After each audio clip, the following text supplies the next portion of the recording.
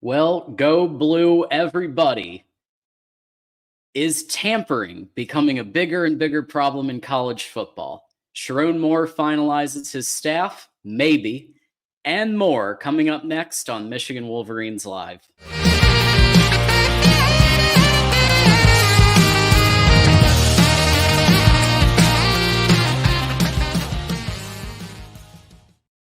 And welcome in, everybody, here at Michigan Wolverines Live with the voice of college football, episode 134, Michigan Wolverines Live. Today is Tuesday, February 20th, 2024.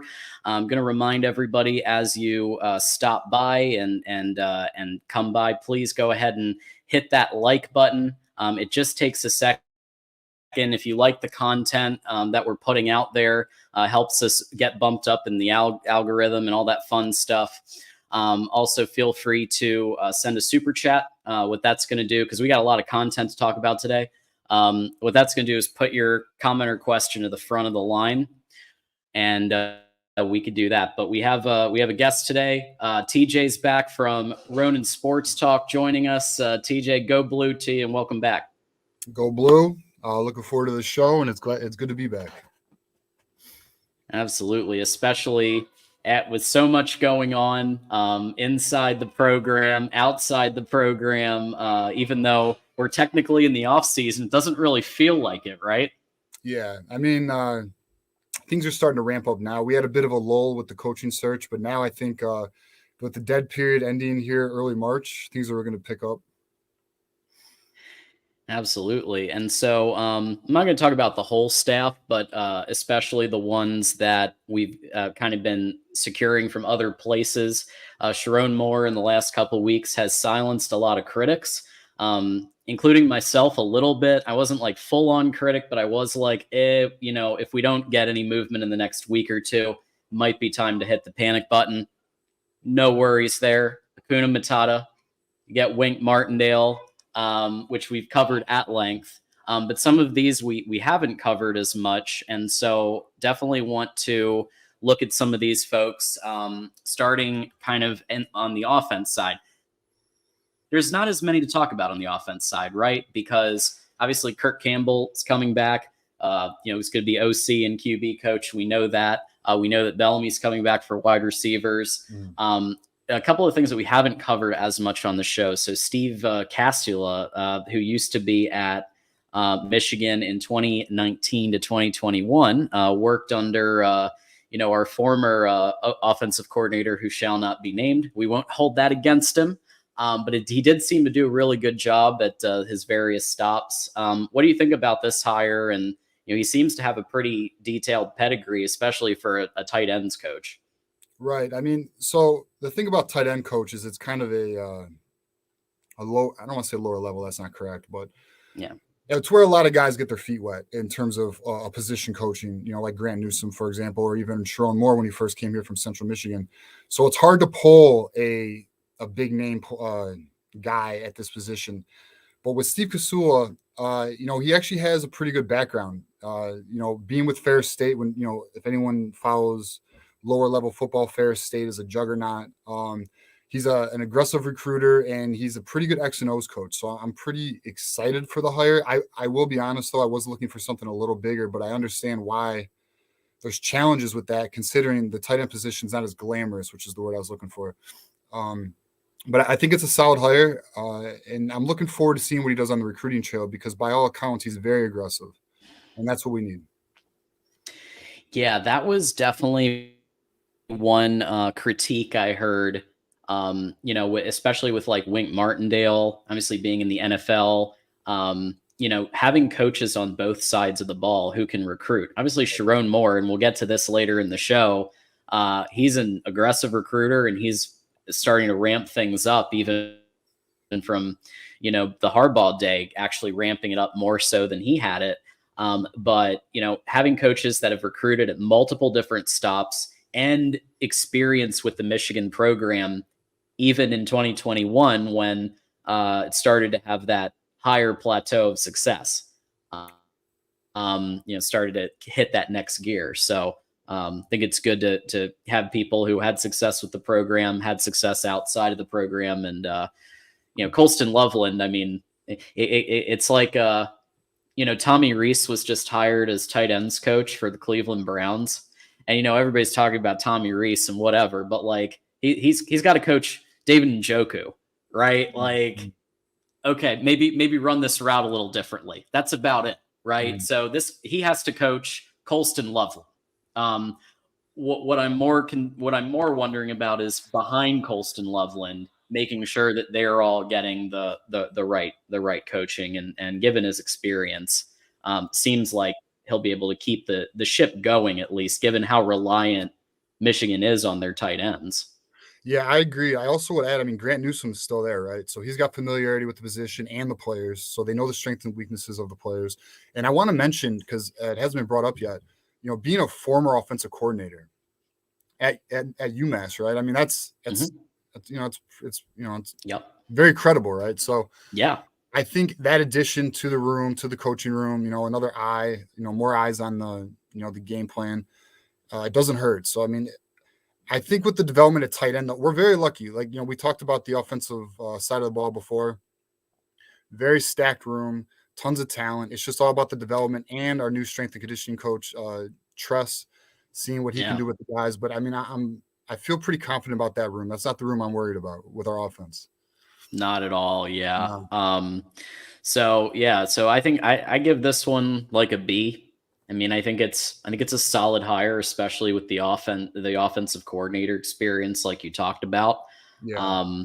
Could we have done a little better? Could we have found a flashier? Maybe. But I think given the crunch that Sherrone Moore was in, I think he did pretty well on a lot of these, honestly. Yeah, I think a lot of people panicked on the coaching search when we started losing like defensive coordinator options, because a lot of guys were going to the NFL, right? But I think he rebounded well. I think I would agree with you. A B is a fair grade. Until we can see down the road what it transpires to. Right. What happens with the second and third string, tight ends, and how do they respond? How does like a Bredesen take the next step? Right. Who's kind of like de facto almost fullback, in those I formation sets and everything else. Right. Because maybe there could be some blocking strategies they talk about too. But I think pretty solid. We did mention this one last week, but I do want to get your take on Greg Scruggs, given the fact that he was able to recruit not just at Wisconsin, but at Cincinnati under Luke Fickell, and I think was a key piece in getting them to a playoff. If you don't have your defensive line going, you're not making any college football playoff, and you're not going undefeated. So from what I've heard, he's a good recruiter. And given the fact that Wink Martindale is coming off of a 20-year gap between Western Kentucky with Jack Harbaugh and now having some people behind him who can recruit, well, that's what we did with Jesse Minner. That's what we did with Mike McDonald. They were NFL guys. They weren't like out there. I mean, they were, but you didn't like hear their names as, oh yeah, he just snagged this, 4-star, player. But having I think a solid recruiter, coaching tree underneath, I think that'll help. So what do you think about this one? I think this one was one of my favorites, honestly. Yeah. So if we're grading this, I'm giving this an A. I love Greg Scruggs. Very aggressive. This guy, Greg Scruggs, in my opinion, is the image of Sherrone Moore. Very aggressive, right? So Sherrone Moore likes to smash. Greg Scruggs is the defensive line version of smash. Like, very intense, former player. And if you've ever seen this dude walk on the sideline, intimidating as hell. Like, this dude is jacked. He's still jacked from his playing days. So, I think he's going to bring a very aggressive approach, Wink Martindale, right? Blitz, Dr. Blitz. So I think we're going to see a very physical defensive line next season. I don't see any drop off in there, which is important, especially playing against our rival, who's very soft in the trenches. We need to just keep dominating. And I see that in the foreseeable future. But in terms of recruiting, though, I think very aggressive. He's got a lot of ties with the Midwest, right? Being from Ohio. So, I think we're going to go out of pipelines, continue the pipeline to Ohio that we're building. Illinois, we got some recruits we're going after there. I think we should see a very fruitful recruiting season with Greg Scruggs at the helm. Yeah, I'm really excited to see what he does with Mason Graham and Kenneth Grant at D tackle. And then you've got, Derek Moore and Josiah Stewart on the edges. Like, imagine what he's going to be able to do with that, that combination and merging that with what Wink Martindale's going to do. Bring in a little bit more 5-1-5 than we've seen, a little bit more blitz than we've seen, but being able to hold up against the kind of tough teams that we'll probably face, at least at the higher echelons of the Big Ten. Yeah, I think he'll have a good personnel group. Yeah, I think we're going to be disguising blitzes, disguising stunts, and I fully expect a more aggressive approach defensively next season, but not to a Don Brown extent, right? No, I think because if anyone looked at the coverage statistics of the Giants, they actually did run a lot of cover twos and cover threes. Yep. Versus certain quarterbacks, right? So he's very opponent dependent on his schemes and his coverages. But I think you're going to see a more creative front seven with Wink Martindale at the helm and Greg Scruggs running the defensive line. Yeah, we had Kevin Ostriker on the show last week from Ravenswire. Really helped break down the Wink Martindale hire specifically, and yeah, he was helping debunk the people who were saying it's just going to be Don Brown all over again. No, it's going to be the same scheme basically that because Jesse Minter and Mike McDonald learned under this guy. Correct. Like, we're not going back to Don Brown formations. Yes, there will be a higher blitz percentage, but like you said, he showed he was able to adapt at the Giants, more cover two. So yeah, absolutely there. Agree with you 100%. And so I think this the linebackers coach was obviously really important to get right. Junior Colson, Michael Barrett, both headed to the NFL. So this guy, Brian Luke, not even going to, Jean Mary, I'm hoping, or Jean-Marie, one of those two. Yeah, Brian Jean-Marie, yeah. And so this guy comes in. He used to be at a place called Tennessee, pretty good. And then obviously coached the linebackers in 2020. Not exactly the best season Michigan has ever had. However, he has experience in the Michigan program. He has experience at other places. And obviously it's not his first time coaching with Sherrone Moore either. So yeah, I think it's a hire. They're keeping it in the family. Not as excited about this one as Scruggs, but I think I'm gonna go B-. Really? So I'm gonna give it an A. Okay. Here's why though. Ace recruiter. Okay, this guy is. Okay. If you remember the 21 class, with where he was here for, Junior Colson, Jaden Hood, 2 4-stars. That was pretty good. He also had the kid who was committed here. He came from Florida State. What was his name? He went to Maryland on signing day. He was a top 100 player. I can't remember right now. And then the fourth player in that linebacking core was I can't remember. But he had a very strong 4 top 400 players in that class. And he landed all of them pretty quick outside of the kid who went to Maryland on signing day, which, by the way, he transferred from Maryland too, so he's got happy feet. But incredibly aggressive recruiter. So I'm really happy about that. In terms of X's and O's and being more of a position coach, I would probably grade him a B+ there, and here's why. At Tennessee, he improved the linebacking core. They had a really big issue on the defense, and from everything I've read from all of their insiders, their front seven improved drastically the 2 seasons he was there. So I'm encouraged. Also, remember this: Wink Martindale is a linebacker coach. So if there is a lapse in coaching, it will be covered by Wink Martindale. Yeah, I was actually I kind of speculated as we were putting together, kind of figuring out who Wink Martindale and Sherrone Moore are going to bring on. There's always the possibility that Wink Martindale coaches the linebackers, but I thought that they would bring somebody in just to, to help with the recruiting side and let Wink / Dunn. We kept going back and forth last week, but let him focus on the X's and O's side of things. So. Yeah, from that perspective, you're right. Yeah, it looks like he also brought in McLaurin, if that rings a bell. So Tyler McLaurin from Illinois. That's right. Yes, Tyler McLaurin. Yeah. Yeah. Yeah. So, top 450 player. Yeah. So not too shabby there. Sounded like he wanted out of Tennessee. He was making $665K there, left for. Yeah, I mean, if I were a coach, if I were an offensive coach, I would love to go to Tennessee, right? Like Heupel's got a great, good system.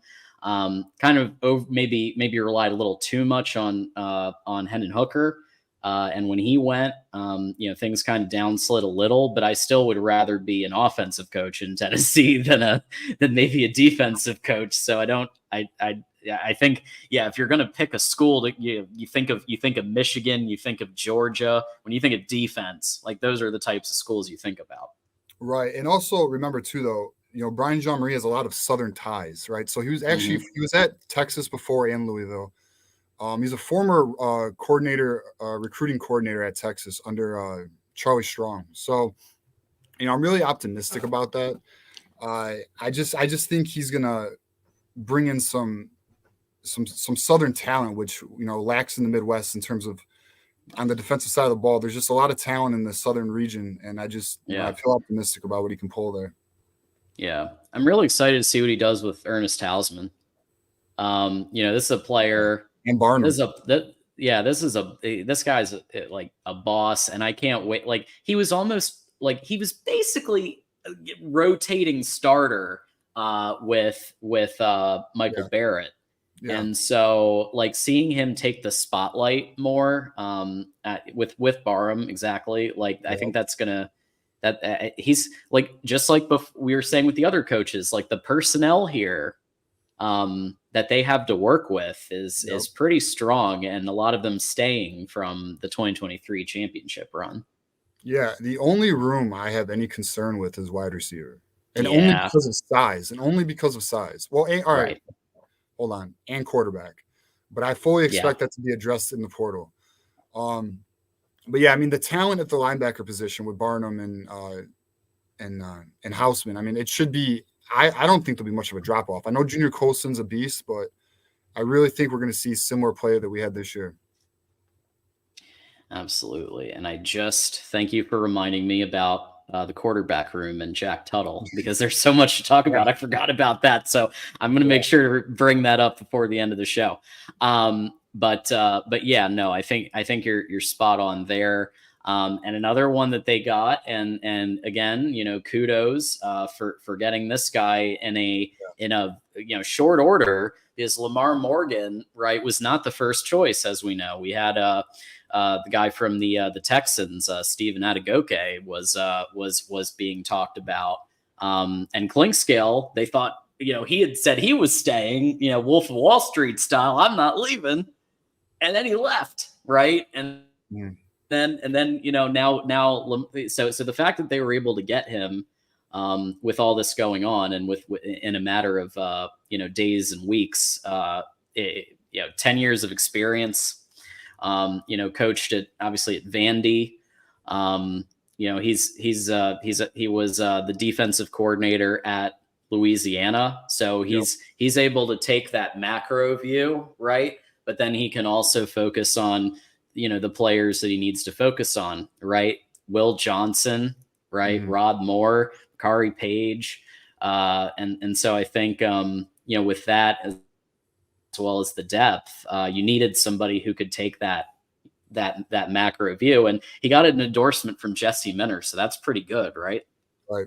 Yeah, so he knows the X's and O's of the system, which is incredibly important considering he's going to be coaching the corners and the safeties, which is a lot for one one position coach to handle, but he is a coordinator, right? So maybe he'll be just fine. But he likes his defensive backs to be playmakers, right? So if you look at what he did with the Raging Cajuns, 28 interceptions the last 2 years, and last year they led the Division I football in defensive touchdowns. So he's all about having his defensive backs be playmakers. So I'm optimistic, especially with our aggressive defense. We should have a lot of opportunities for big plays, and it could be a perfect match. Now I will say I'm a little disappointed we lost Adegoke, because I thought he was. Me too. I mean, I was ecstatic for that, but this isn't a bad hire. I'd probably put this at the A- range. But yeah, I'm pretty optimistic. I'm pretty optimistic. My only concern is recruiting. Now I know he's young. I've heard he's aggressive, but we'll see. He doesn't have the resume of a Brian John Marie in terms of commits. So we'll see how it goes. Yeah. But overall, I think Sherrone Moore did a great job under pretty trying circumstances. I mean, I think that when Sherrone Moore was selected, I think most insiders predicted that at least one or two more coaches would stay than actually did. I mean, It wound up being the entire defense that needed replacing. Yeah. From a coaching perspective. So, they were able to replace these pieces pretty quick. It was unfortunate how it went down, because you had guys saying they were staying and then they were going. We had that happen with Ben Herbert. We had it happen with Elston and Klingscale, and that's just terrible, really. But it's rough. It is what it is. I think he did do a good job, salvaging the situation. I would grade the overall situation of an A-. That's not me being too optimistic either, because I think the key is he found his guys. If you look at the coaches he's hired, they do fit his image, and that is an aggressive. He wants to be aggressive not only on the field but on the recruiting show, which I know we're going to talk about a little bit more about that later in terms of the recruiting structure of the department. But I just think he's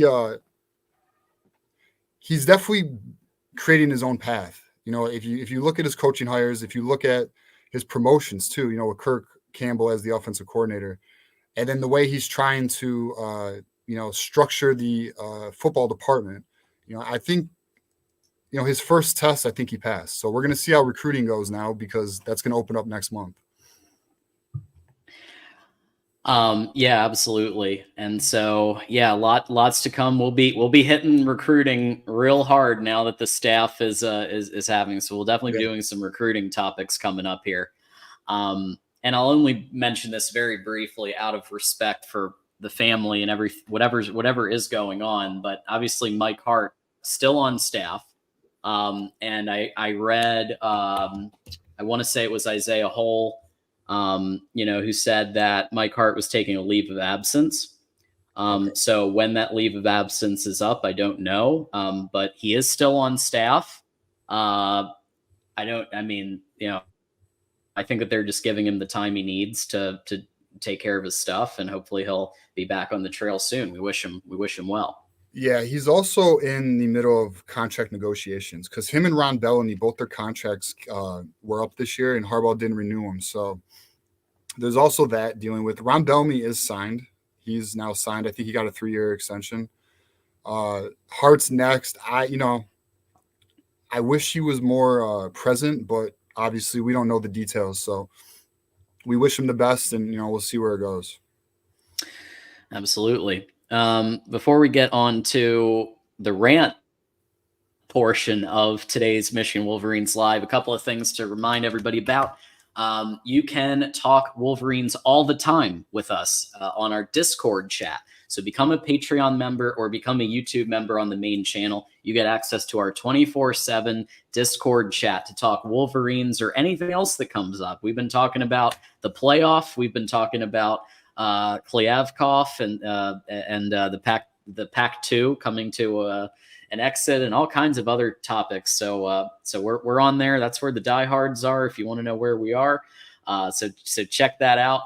Obviously, when you're doing your shopping on Amazon, if that's something you choose to do, then please consider doing it using the link in any description, because then Mark Rogers gets a couple of bucks, and then we continue to get to do these things. So with that said, here we go.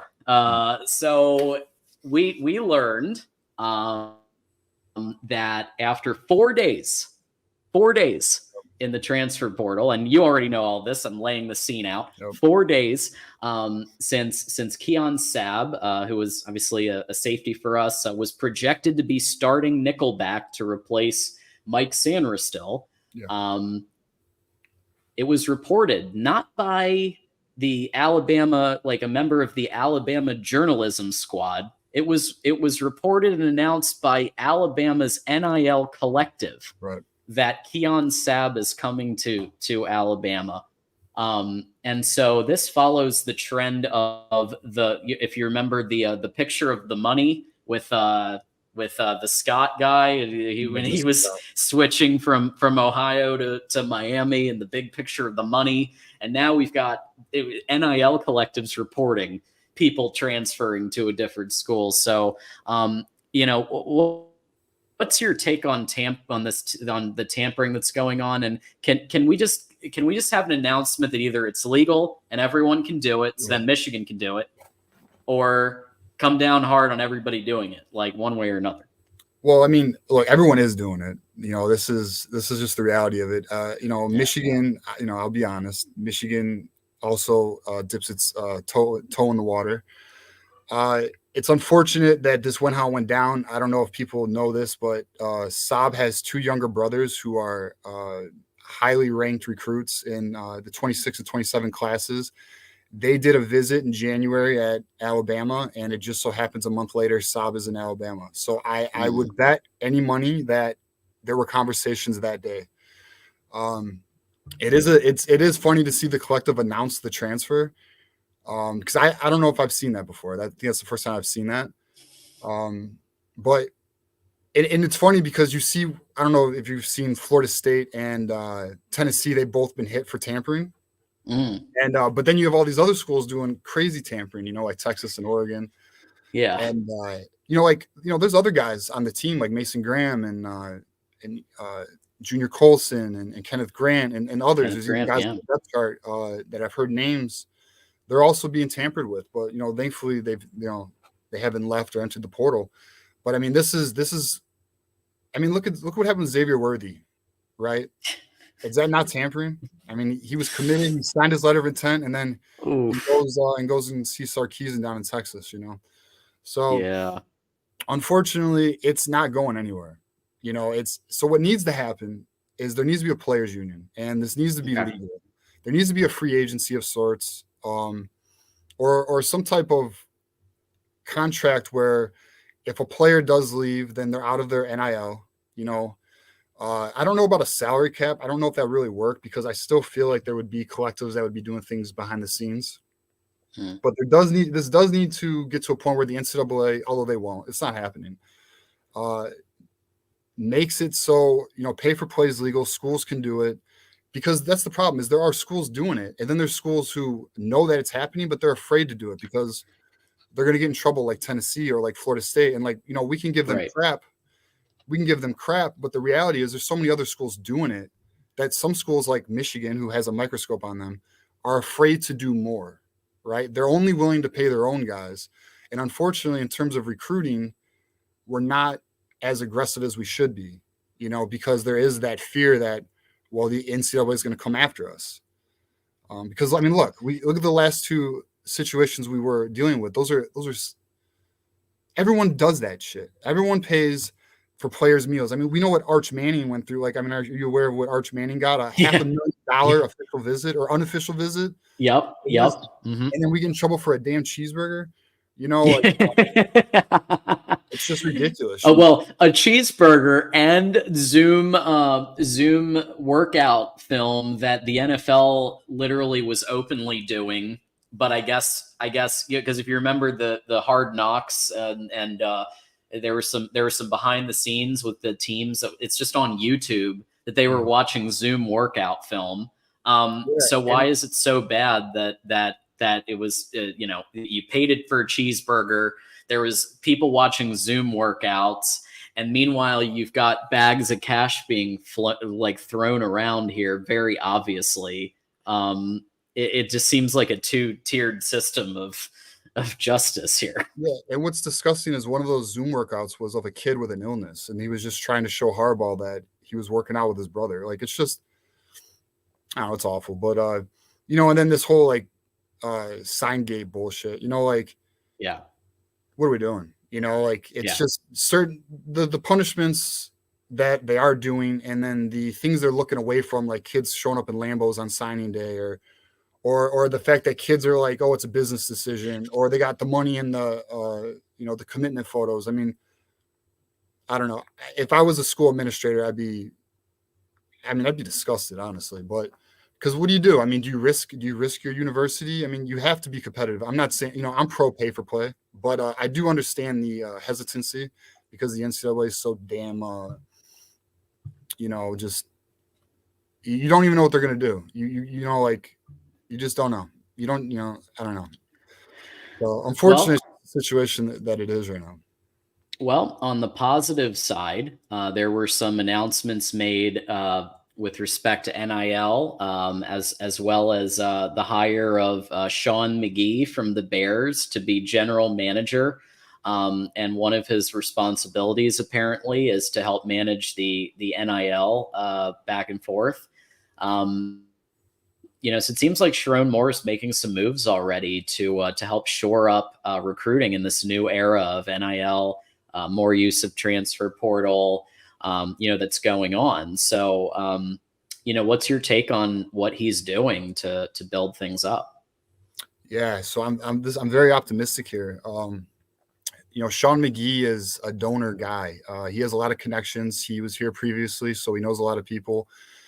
He is a general manager, right? But he's kind of an NIL director, because he's going to be the guy who makes sure the collectives have the networking and the connections and the fundraising going on, and make sure the donors have somebody they can go to, a point man. So, right. Also they made the announcement of Learfield and Atlas joining. Michigan, they're going to have an office in the at Schimbecker Hall, I believe, and they're going to be giving players legal NIL opportunities. But also, I think you could see some gray area with that. But I think you're seeing structures and foundations put in place which should bear fruit in the future. And then when you look at what they're trying to build underneath Sean McGee, right? So right now, I used to have an Excel sheet with the entire recruiting department, and it was about 10 people underneath it. Looking at the new structure with a general manager, a director of player personnel, an assistant director of player personnel, who's Denard Robinson, by the way, the director of recruiting, who's Albert Karshina, the assistant director, who's Sam Popper. They're going to also add a director of recruiting assistant for offense, and they're going to add one for defense. So this way they can focus on those two, their own side respectively. And then you still have Christina DeRuiter, who's the director of on-campus recruiting. And then what they're going to do, and this is very innovative. I don't know if it's innovative, but it's very savvy of Sherrone to do this, because there might be other schools doing this. They're going to hire 10 interns to shadow each coach and do all of the small work. So this way the coaches can focus on other things that matter, but make sure they got like all the players' names, make sure they figure out who's in the family, smart. And I think that's taken the step in the right direction, because Harbaugh was very conservative with the recruiting strategy, I would say. So with Sherrone Moore building this department, laying the foundation down, I think we should see some benefit. The only question I have left is, what are we going to do? Are we going to start offering some financial benefit to some of these players? We're going to see. I'm hoping to see that this year, but if we don't, I just hope for the best. I don't know. Hopefully better than better than like 17th ranked recruiting classes. Yeah, it'll really depend. If you don't hear a lot of people leaving, so you don't hear anything about Mason Graham, Kenneth Grant, some of the people that other schools have been kind of going after with big NIL money, then at the very least we probably shored up the NIL for current, players that have proven it on the field, which got to do that. Can't not do that like there's no excuse for that, right? But I do think if you start hearing on 247 that Michigan's, really seriously in play for more 5 stars, and you start to hear about, now it's not going to be every 5 star, because some 5 stars aren't the Michigan player, where they're it's got to be team first people, even if they're 5 stars. They've got to be part of that culture. So I don't think that's going to go away under Sherrone Moore. But if you start hearing about maybe 1 or 2 more, maybe either top defensive players, at least players in the mold of what Michigan does, I'd be very shocked to hear about a lot of 5-star wide receivers right now. But like a little bit more on the line, a little bit more on the, you start hearing about the next level up, then there might be some NIL starting to go to recruits. Well, it has been reported that Sherrone Moore is willing to broaden the scope of recruits that they're willing to recruit versus what Harbaugh was willing to recruit. So that would be interesting to see. With the donor that we were going to be talking about, we have a donor, an anonymous donor. Shout out to him. We appreciate you. Donating multiple millions. We don't know the exact figure, but apparently it's a good number. So they were already at 7 million. So with his donation, they got to be in I don't know, the 8 figures now? 10, 11? Yeah, so the 8 figures. And their goal was 12. So I'm pretty sure they're close to it. I'm hoping to see maybe a team-based salary announced. I haven't heard any rumors. Like, I've heard the rumors that they want to do it, but I haven't heard any rumors that it's happening anytime soon. But I think that'll go a long way. And it's not even just the 5 stars though, right? We got to get the top 100 players. We got to get more top 100 players, because our sweet spot seems to be 150 to 400 or 500, right? That's kind of where we're getting that's kind of our net right now. We need to expand that net into the top 100, top 50 guys, and like, I think the best strategy I heard, and I'll credit Chris Ballas to this. If you can just build your foundation with cornerstone players, like 5 to 6 of them every class, and then you have a team-based salary for the rest of the class, we should be able to get recruiting classes in the top 10, in that 8 to 12 range. And that should be good enough to be competitive in the college football playoff, especially with all the parity now.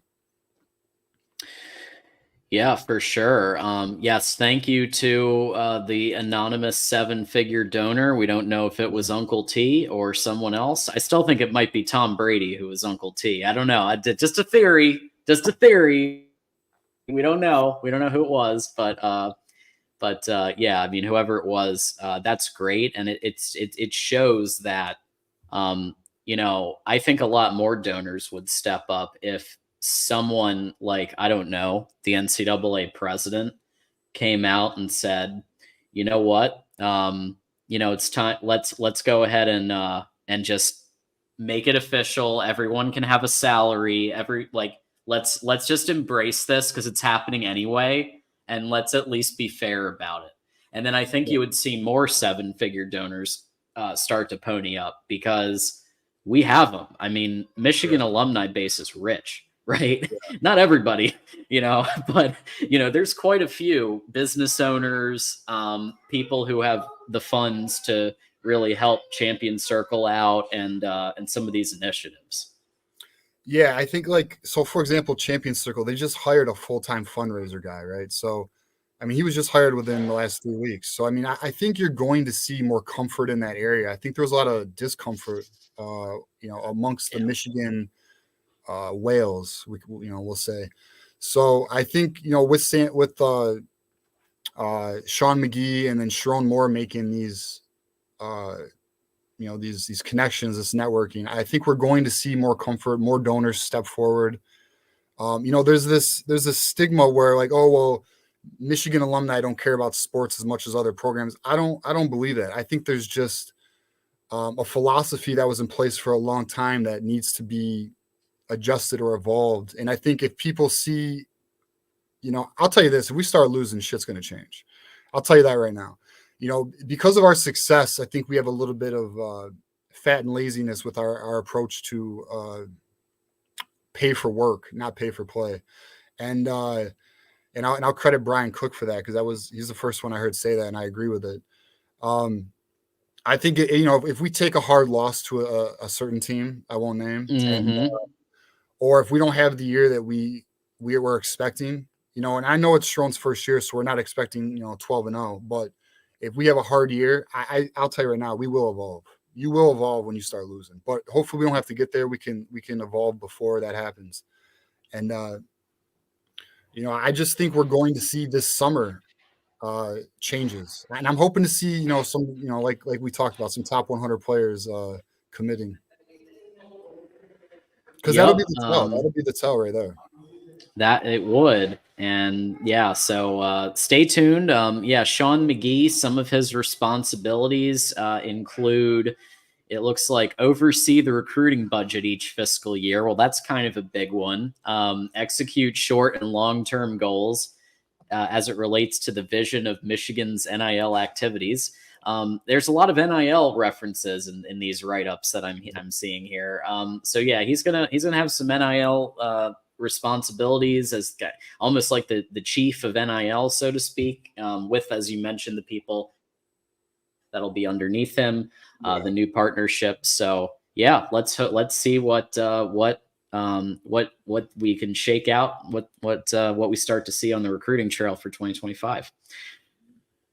Okay, before we get to quarterbacks, just a quick reminder that we do have a merch store. So we have quite a few just incredible, tremendous products for the entire family, friends, neighbors, any Michigan fan out there. You've got everything from gift cards to pint glasses. You got a hoodie. Mike Fort, our friend of the program, Mike Fort, likes to show off his hoodie when he calls in. You got mugs, you got pet bowls. So we got some Voice of College Football Michigan merch, as well as many other schools represented in here, and other channels that you may know and love. So get yourself some merch if you haven't already. Highly recommend that. And I'm sure Moose will help us out by putting the link in at some point, or he probably already did. So we thank you. There it is. See? We appreciate that, Moose. We do. All right. So yes, I was wrong. I've been wrong before. I'll be wrong again. I did not think that they were going to approve Jack Tuttle's 7th year, because Taulia didn't get a 7th year. I know it wasn't exactly apples to oranges, but Taulia had Nick Saban advocating for him, and he didn't get it. But I guess, hey, Jack Tuttle got it, which means he's going to be in the quarterback conversation. And it's do you see it as a 4-way battle? Because at this point, you've got Jack Tuttle, Alex Orji, Jaden Denegal, and Jaden Davis. Apparently, because he put in that time in December and January, isn't completely out of the running, I don't think. So where do you see the quarterback battle now that Jack Tuttle's coming back? Yeah, I mean, I guess we could say it's a 4-way battle. I just don't see Jaden Davis as a true freshman getting the run. I don't know. I don't see Sherrone trusting a true freshman quarterback his first year. I just can't see it. Unless he kills it. He would have to kill it in spring and in fall and in everything. I mean, he's got to be on like a Trevor Lawrence level play to earn that, because even Trevor Lawrence didn't start game 1 for Clemson. That's how hard it is to do. Jameson Winston did. It's very rare. I think it is a Jack Tuttle at the moment, a Jack Tuttle, Jaden Denegal, David Orji battle. I think Jack Tuttle is your high floor, and I don't even know if I want to say high floor. That's your floor. I mean, I'm glad to have him though. It doesn't hurt to have him in the room. David Orji's your high ceiling, but I will be honest, personally, I'm not optimistic he'll get his accuracy issues handled. But if he does, he does, and maybe I'm wrong, and I want to be wrong. I really hope he kills it this spring. But I do think our solution is not on the team. That's where I am with it. I think we're going to be portal shopping after spring ball. We'll see, though. We'll see. I want to be wrong, though. I want Orji to be the man, because he's a freaking beast, dude. I think Orgy's kind of a cult favorite, for Yeah. sure. We did hear Moose has been very high on Jaden Denegal, and Kirk Campbell even made a comment that Denegal is the most improved player, Mm, or one of the most improved players. Uh, so I mean, I hope it works out with Orgy. I really do, because I could see a really interesting offense with him under center. The additional RPOs that you could do, the additional read option, you could start to do more zone read, mm. because you know that he can run the ball like the best of them, or I don't know, hand off to Donovan Edwards, who can also run the ball a little bit. Yeah. That sounds like it could be pretty potent, and if they did that, I argued, he needs to be in the 60s with completion. He doesn't even Well, need to be in the 70s or anything. If he's at Cade 62. level in passing. 62%. I need a minimum 62. Although, Okay. like Anthony Richardson was like what 57%. I mean, that's just Yeah. anything below. No, I'm not saying it's acceptable. I'm just saying, Yeah. to give a comparison. The low 60s, 62 is really the minimum. You want to be above 65. Anything above that's good. So we'll see. I hope the best for him though. I hope he gets it. Kirk Campbell's a hell of a coach though, man. I mean, look at JJ right now with the whole pre-draft situation. Teams are falling in love with him, and I'll tell you right Yeah. now, Kirk Campbell's a big reason for that. And I don't know if you saw the article at the Wolverine, but Kirk Campbell said he's looking at a Lions film, and he's scouting a bunch of high power offenses, and I'm real interested to see what he creates this next season. I think we will be a little more pass aggressive. We just Yeah. I'll say I bet you we get a wide receiver in the portal too. I'll call that. I I think we'll get a quarterback, a wide receiver, and a corner. Those are the three positions I think we're going to go after. Yeah, because I can see Tyler Morris, Samaj Morgan, and a portal receiver as the three. I could see that, right? Yeah. I would really like Carmelo English to break out, because the film I watched on him, he's a dynamic player. If they can get him working, then they could be the three, right? But if they can't, and Bellamy's, in my view, been kind of spotty. Although I do think he did well getting Roman Wilson up another gear.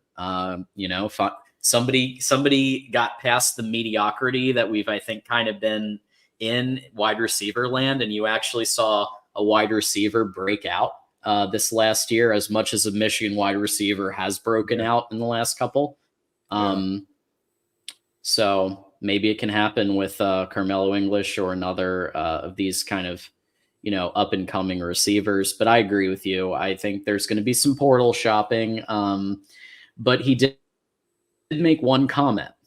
He said that he likes the run because it opens up the pass for the quarterback. So he mentioned that, I think, a couple of weeks ago, because somebody he gets asked, are you going to be still really run heavy? You're going to, I think you're right. There's going to be a little more passing, but I don't think they're going to run away from the Michigan identity either, because he likes the concept of keeping them honest with the run, so that they can open up the quarterback for the pass. Right. It'll be a power run game, with, kind of like with, I think Michigan wants to be what Detroit Lions are. I think that is the ideal offense, right? You have a power run game with an almost air raid attack, almost. Now we don't have the quarterback for that, right?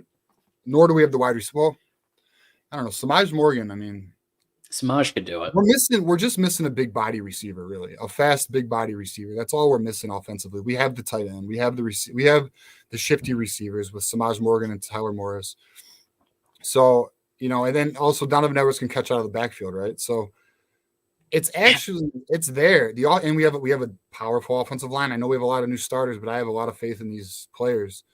Because they've been developed for 3+ years, or they've been starters like Josh Prevey and Miles Hinton, right? So I just think we're a quarterback away, dude. I think, in my opinion, we're a quarterback away from being dangerous in the playoffs.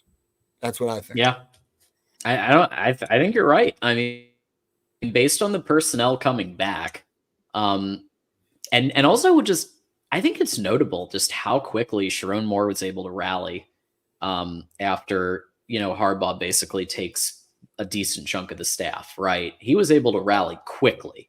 And And how I long? thought that was impressive. Yeah, and Harbaugh took forever doing it.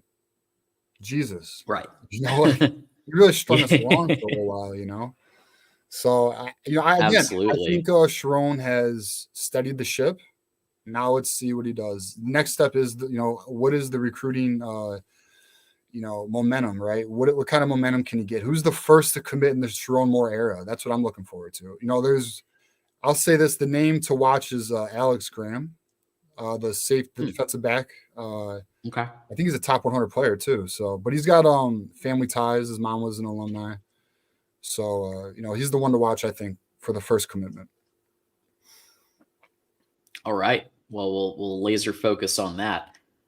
We do want to take a minute to thank Tom for the $10 super chat and Wolverines Rock 2024-25. Love that super chat, and we appreciate Tom stopping by and he said something else that I think is interesting. And when we were doing our roster look and we were looking at the receivers, Channing Goodwin, who he's mentioning here. He's a player. I think we both said he probably is going to redshirt, but if he has a really crazy camp, spring, fall camp, I mean, I think he's an exceptional wide receiver. Like if they can get him working in Michigan's scheme, I still think he's going to sit a year, but and may just get sprinkled in on a couple of those, fourth quarter wins against Indiana or who I don't even know if we're playing it, but teams like that. Sorry, Jeffrey, if Jeffrey's watching. Yeah. But that you might see him there. But I mean, Tom, if he plays, that means he destroyed camp. He destroyed spring camp and he destroyed fall camp in order to make it up the depth chart. Yeah, I mean that means he's a dude because there is depth in front of him. We're just missing a big body receiver. I mean, I do think Channing Goodwin is that's who he's talking about. I do think he's a very talented receiver. He kind of reminds me of a Josh Reynolds type, but it's just hard for a freshman wide receiver to crack. I mean, what Samaj Morgan did this year, I think a lot of people need to appreciate that. That's not easy. He really had a role in the offense. So, we'll see. I think, I think the depth at the receiver room is good. We just are lacking a certain archetype of a wide receiver, which is the big body, stretch the field wide receiver.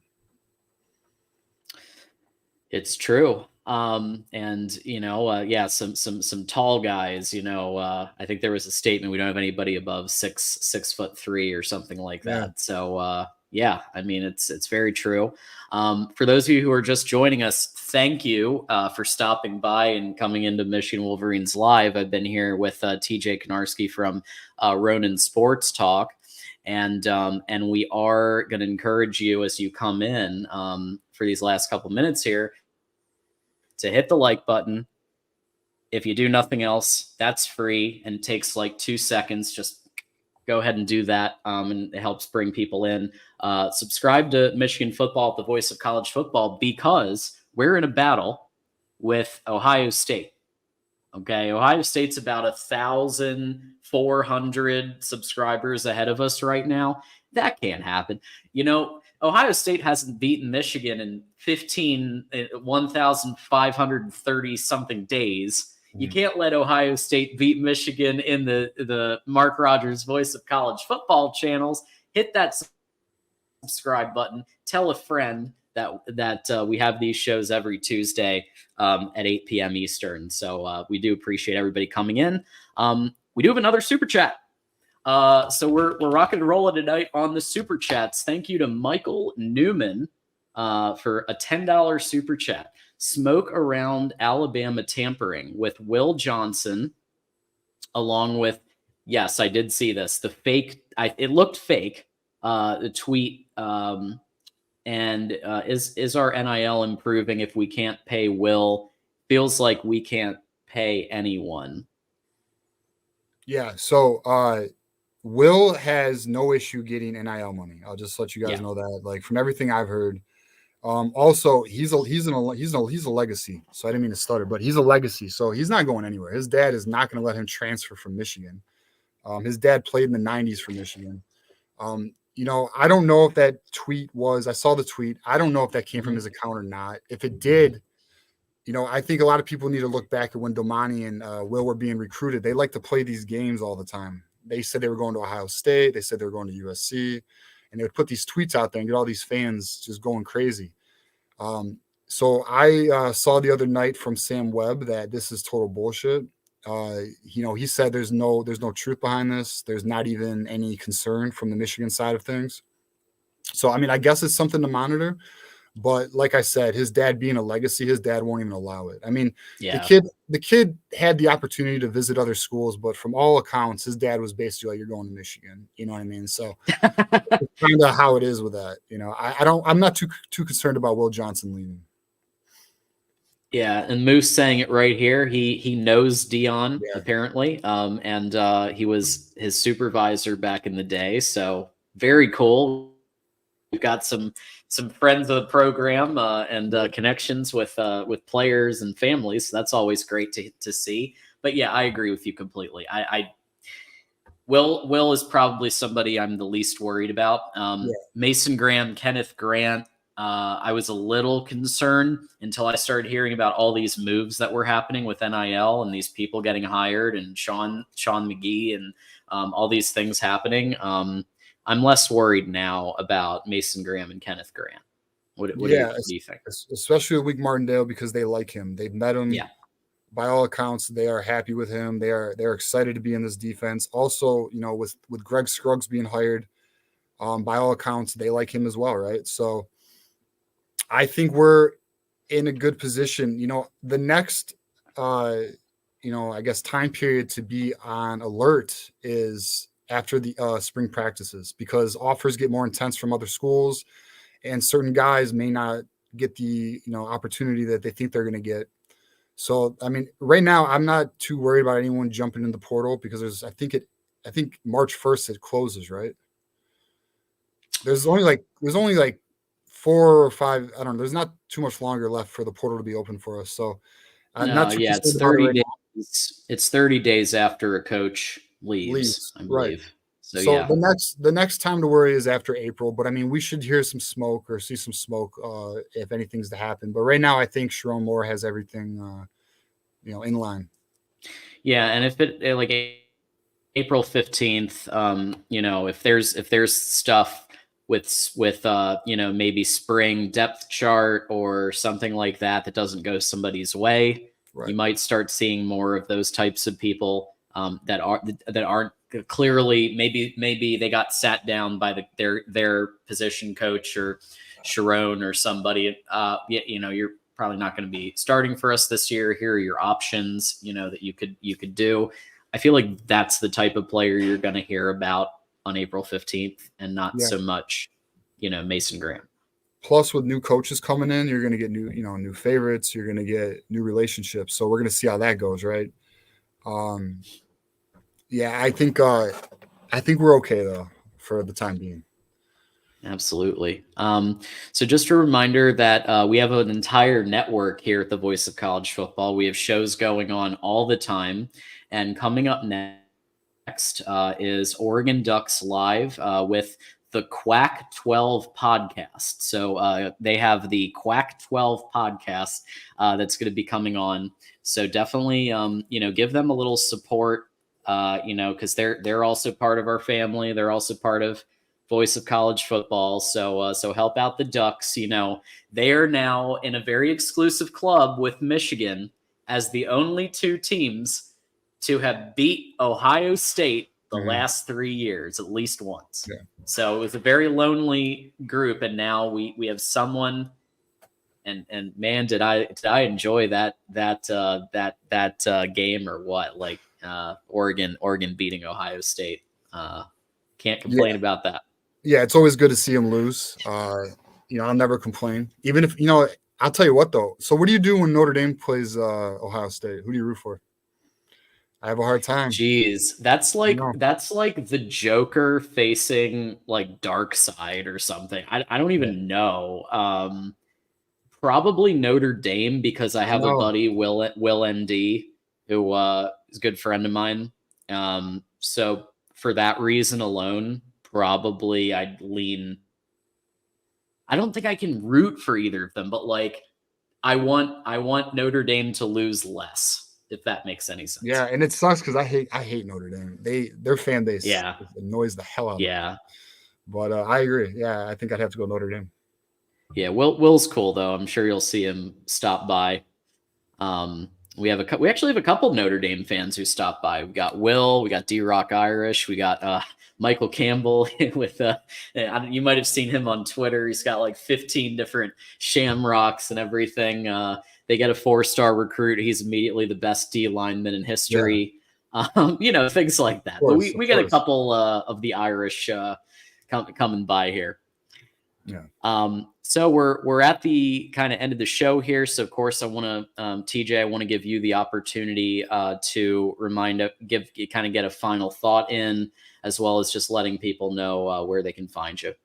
Yeah. Final thoughts. I think we have a lot to be optimistic about. Next step is our recruiting, like I've mentioned. Let's keep our eyes open on that and go blue. I'm looking forward to spring practice and hearing some things leak from Schembecker Hall. And and if any Ohio State fans want to give you crap, just let them know. We're Big Ten champs 3 years running, and we got the Natty. Because I've been getting a lot of flack from these Ohio State fans the last few days. Out of like all of a sudden, because the Natty's been a month later, they're getting a little like cocky again because they got Caleb Downs. But Yeah, right. smack them down, let them know the deal. Anyway, I mean they're about to get Oregon's about to run them next year anyway. So, but yeah. So, but if you want to follow me, I'm at Ronan Sports Talk. I do a lot of Detroit sports content on my Twitter. Go Lions, go Red Wings, go Pistons, go Tigers. So, if you want to, follow me, that's where I'm at. Well, TJ, always great to see you, and go blue. And thanks for coming back. Go blue. All right, we're about to wrap for the night, but just want to give everyone get a couple final comments out for people. If anybody wants to give a final thought in the comment section or a final super chat, because we have had a couple. Thank you. We've got super chats tonight. We love that. Love that because we do our best to bring in great guests, great content, and it's always appreciated when someone gives any amount. 99 cents. I don't care, whatever. It's always really appreciated when people super chat. So thank you for that. We've got obviously we've already given most of our reminders about the housekeeping notes, but please do hit the like button if you haven't already. Subscribe to Voice of College Football and the Michigan channel specifically, and let people know when this is going live. And right on cue, Michael Campbell is in the house. It's like what is that, Beetlejuice, or when you say the word then they appear, that's Michael Campbell. So thank you for stopping by Michigan Wolverines Live. And yeah, I mean, look, Notre Dame is being talked about. Why? Because they're well coached. Except for the fact that their head coach had trouble counting on a couple occasions. But, counting's hard. Counting's really hard. Counting from 10 or 11, it's tough. But thank you, Michael, for stopping by. And we always appreciate when the Irish come by and hang out with us. We appreciate you, Tom. Thanks for the super chat. Thank you, Moose, and Jackson. So Jackson is our resident marketing expert here at the Voice of College Football. He is our big marketer, and he will let everybody know about the shows that are happening. And we appreciate all the work that Double J puts in day in and day out to support us at the Voice of College Football. And you're right, Jackson. Wolverines Live is here, and then right after this, we go over at 10:15 p.m. Eastern, 9:15 Central, to the Oregon Ducks live show, which tonight, tonight they have the Quack 12 podcast coming on. So that I think that's going to be a very exciting program with the Quack 12 group, and I will I'll definitely be listening into that to see what that's all about. So we appreciate everybody just giving them some love. DF, appreciate you. You're awesome, and you always are here, and that's what we need. The community to come in every week. Just save it on the calendar. Every week, come on in at 8 p.m. Eastern for Michigan Wolverines Live. It's people like you that keep the show rolling. So we really do appreciate you. And he has a channel. Check out the channel. Great channel. So go ahead and do that. We have Lady Lake here. So Lady Lake, aka my mom, has helped us secure our musical guest in terms of the intro to the show. David Martinez, great artist, and so she is his kind of guru, entertainment PR extraordinaire for David Martinez, and he does our intro song, which we do appreciate that we have an intro song at all. Like it feels like we're a real show, This is great. But no, we do appreciate everybody stopping by. Any others that we want to point out? No, I think that's pretty much it there. So yeah, coming up next, Oregon Ducks Live. If you were curious who I am, my name's John Diadamo, and I was your host for the last hour. You can follow me at John Diadamo on Twitter or X, or as Moose calls it, Twix. So go ahead and you can follow me and get some hot takes on college football or whatever else is on my mind that day, which could be a lot. Could be a lot of things. So follow if you haven't already. Next show will be the Ocho, which I don't know what school we're covering yet, but we do the Ocho, which is a Big Ten show Monday nights at 8 p.m. Eastern on the Voice of College Football main network. I'm asking everyone here if we like the Ocho, if we like the fact that we bring on a guest and then we have a panel discussion, I'm going to ask everybody to support it on Monday night, because in order for shows to continue on Voice of College Football, we got to have the eyeballs, right? And this show, we get great eyeballs. We want Ocho to get great eyeballs. So please tell everyone you know that the Ocho on Monday night at 8 p.m. Eastern will be back. Didn't have it last night. We'll be back Monday night at 8 p.m. Eastern. And you let me know who you want to see as the next school covered. We've done Illinois. We've done Nebraska. We even did Ohio State. We did USC. What's going to be the next school? If you're on Discord, you're a Patreon member, you're a YouTube member, you can tell me on Discord. If you're not on Discord yet, give me a DM on who you want to see as the next team, Big Ten team covered on the Ocho, and I will try to find a great guest for that school. I'll be on that starting tomorrow. We'll be finding that guest. We want to do Maryland? Okay. I'm saving Michigan for close to the end, because we've got a long stretch, 18 teams. I'm saving Michigan for a little bit. But Maryland, we would love to look at that. And thank you, the Ocho, Monday nights, 8 p.m. Eastern at the Voice of College Football. Also, Mark Rogers does a call-in show where you actually can pick up the phone and dial 888-99-RILEY. and actually call Mark on the telephone to talk about Big Ten football. And Mark does that show with Tim Prangley, Prangley Productions, and they do a great broadcast Fridays at 7 p.m. Eastern. So check that out, and yeah, just join us in about an hour for Oregon Ducks Live, and I'll be in chat. Yeah, I did. I did USC. Not this Monday, but last Monday we had Matt Zemek from Trojans Wire on. So you can go back, and we had a really good talk, actually, about a half an hour he was able to give us, and I think we did a pretty good run through of offense, defense, 2023, and what he's hopeful and excited about for 2024. So check that out from last week. And then, yeah, next, maybe we'll do Locked on Terps next. Absolutely, why not?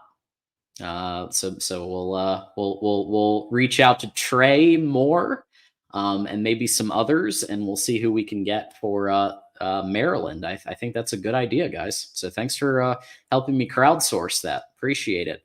All right, y'all, I'm done. I think I overdid it by a couple minutes, but thank you for bearing with me here. And sticking to the end. Hit the like button. Let people know about us. We're every Tuesday at 8 p.m. Eastern. Bring in a great guest. We try to have good topics that are interesting. That's what we do here at the Voice of College Football. So see you in an hour. And until next time, as always, John Diadamo saying, go blue. And see you next time.